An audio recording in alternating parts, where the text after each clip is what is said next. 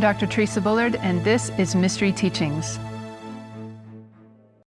Have you ever been with a loved one and felt your heart open up with a rush of warmth and joy? Most of us have had that kind of beautiful experience at some point in our lives. And doesn't it seem like the heart has its own intelligence in those moments?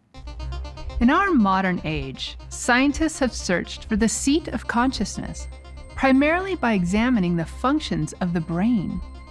But is consciousness contained only within our brain? Many ancient traditions thought of the heart as the primary seat of consciousness, the key to accessing our inner wisdom. In many ancient cultures, the heart was more primary. It was viewed as the seat of the soul. The brain was viewed more like a circuit board or processor, and it didn't receive the same amount of attention that we give it today. In some Eastern cultures, there hasn't been that same distinction that we see in the West. Heart and mind are more the same. And when saying, "I think," some cultures point to their heart rather than their head. Now, our Western civilization has moved so far away from our true self. And part of our journey is to come back to our center, to once again connect to our heart as our center rather than our brain. We need to live from the heart, to think, act, and speak from the heart. Fortunately, we live in exciting times when science is beginning to reveal evidence that supports what ancient wisdom teachings have known all along. Let's take a look at this fascinating body of research that is reorienting us back toward the heart as a key player in the mind-body system. Our journey to the heart takes us deeper into the body, into the center of our being. No longer do we think of the heart as just a muscle that pumps blood through our system. Now we're learning the heart is more similar to the brain than any other organ in the body.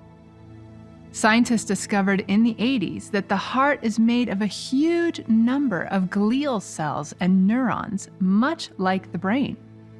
In fact, some scientists think that it may even function semi-independently as its own neural network. This has led some researchers in the growing field of neurocardiology to propose the heart functions as another brain center. And the heart's neural circuitry gives it the ability to act independently, to make decisions, and to even feel and sense. So, what is the role of this heart-brain connection? We find clues to how the heart and brain communicate through fascinating new research on the vagus nerve. Let's look more closely at this important nerve. Well, the vagus nerve runs from the top of the spinal cord down to all of the major organs. And it's responsible for the warm and expansive feelings within our chest when we feel moved by something. It relates to our feelings of altruism, romance, love, joy, and other feel-good qualities of the heart. The magic ingredient involved in all of these warm feelings is a neuropeptide called oxytocin. Oxytocin is called the love chemical because our bodies produce it in higher quantities when we're falling in love or bonding with each other. Oxytocin is produced both by the hypothalamus gland in the brain as well as by the heart itself. And the vagus nerve has an abundance of receptor sites that oxytocin unlocks. Have you ever known someone who tends to be a really big-hearted person, who seems to have a lot of compassion, gratitude, love, and joy to share with others? It's likely that they are someone who generally has a high level of activity in their vagus nerve. And children who are more cooperative and likely to share have also been found to have more vagus nerve activity. What else does the vagus nerve do? Well, we've all heard of how meditation and mindfulness activities reduce stress and improve our health. research on the vagus nerve has revealed a key piece of how and why this happens. It turns out that the vagus nerve is the primary nerve controlling our parasympathetic nervous system. As we stimulate the vagus nerve, our heart rate slows down and our relaxation response kicks in. This stimulation produces a neurotransmitter called acetylcholine, which reduces inflammation and helps to activate our muscles. Well, why is this so important? Stress amplifies inflammation, and inflammation accelerates the breakdown of cells, the onset of disease, and the aging process. This is why, when we're chronically stressed, we age more quickly and get sick. By stimulating the vagus nerve, we can reduce the effects of stress. So how do we stimulate the vagus nerve? Well, through simple practices like meditation, qigong, chanting or humming, slow, deep breathing into the belly, as well as long hugs and positive connections with other people. This is why many of these practices are promoted for anti-aging and to reduce stress and inflammation in the body, as well as to boost our immune system. Our bodies truly have the potential to heal and repair themselves beyond what we can imagine. And the vagus nerve is one of the key players in this process. How does this fit in with the heart and brain connection? The brain and the heart communicate primarily through the vagus nerve. And for a long time, biologists thought of the brain as the command center that directs the rest of the body, including the heart.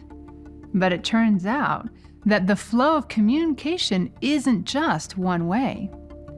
Groundbreaking research by the HeartMath Institute has shown the heart actually sends more information to the brain than the other way around.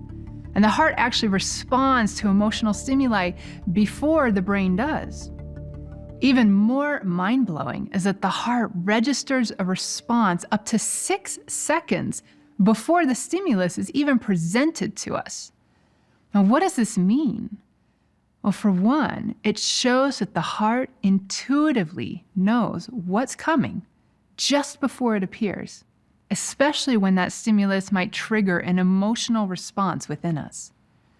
Now, this puts a whole new context on the old saying, listen to your heart. The other thing we can draw from this is that the heart may be the primary driver of the brain and not the other way around. Now, of course, spiritual wisdom has taught this throughout the ages. Again and again, the teachings encourage us to shift out of the head and connect into the heart. We're guided to listen within and receive the wisdom of the heart, rather than grasping at it from the mind. Why is this so important? We've seen, through our exploration of the brain, how our thought processes are influenced by our subconscious programming. Our mind is polluted by indoctrination, past behavior patterns, developmental programming, and unhealed traumas. And this results in faulty wiring that can lead us away from our true reality. The heart, on the other hand, connects us to our true self. It's our connection to the signals coming from the deeper aspects of who we are, including our higher self and our inner child. When we're trying to develop ourselves on a spiritual path and we're coming into greater connection to who we are, connecting with the heart is crucial. We can't do it from the mind. If we are to become more of our higher self and achieve our full potential, then we must open this channel of communication. We must connect to the heart, access this deep well of love, compassion, forgiveness, so that we can heal. Too many people, unfortunately, have closed down their heart chakras because of emotional wounding around love, romance, and not feeling good enough or wanted. But if we can come to love and accept ourselves, regardless of how others feel about us, then we can heal from those wounds and keep our hearts open. Only when our hearts are open can we give and receive more love in our lives. And we need to open our hearts again so that they can function at full capacity to keep us healthy and living a life of joy. Remember, our heart is not just a pump. It's a center of wisdom and connection to true self. So what do we know about the heart as a brain center?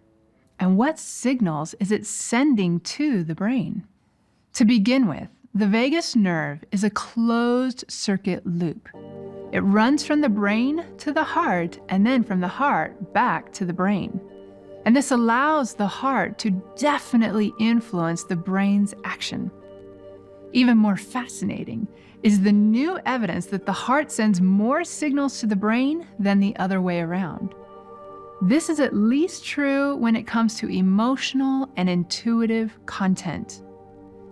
Plus, with the heart producing its own peptides, neurotransmitters, and hormones, it has a direct effect on the emotional responses of our limbic system, as well as on our ability to think with the upper cortex areas. And these hormones also influence the endocrine system, which is connected to our chakras that interact with our biofield. And we can take this even further because the heart has a really strong electromagnetic field that connects to our aura. Studies by the HeartMath Institute have shown that the heart's magnetic field is 60 times stronger than the brain's, and it extends several feet out from the body in every direction. Every cell of our body is also influenced by this magnetic field of the heart. The more we look at the heart, the more evidence we find that it's actually the primary driver for the brain and our entire energy field. Another remarkable aspect of the heart is its rhythm or heartbeat. This rhythm is self-generated, meaning it doesn't rely on the brain. The electrical impulses that establish and control this rhythm arise spontaneously from within the cardiac cells themselves.